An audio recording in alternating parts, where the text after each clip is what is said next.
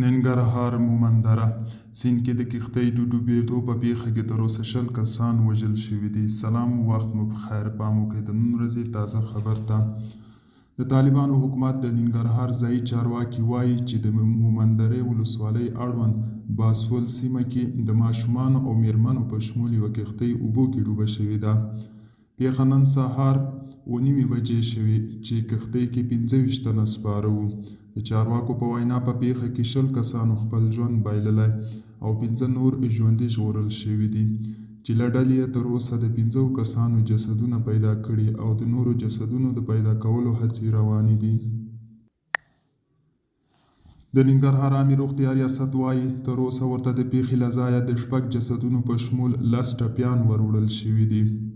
د چارواکو په وینا چې په وروړل شویو جسدونو کې یو نارینه او یو میرمن او 3 ماشومان دي او د ټپیانو له ډلې د 3 کسانو روغتیایي وضعیت د اندېښنې وړ دی. د معلوماتو له مخې له یادو کسانو 10 تنې ژغورل شوي او د پاتې نورو موندلو لټون روان دی.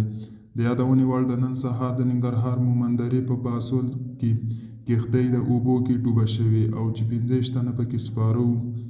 دوستانو دا و د نن ورځې چمتو کلی خبر. تر بیا هم په الله سپارم. ښې چارې، ښه وخت.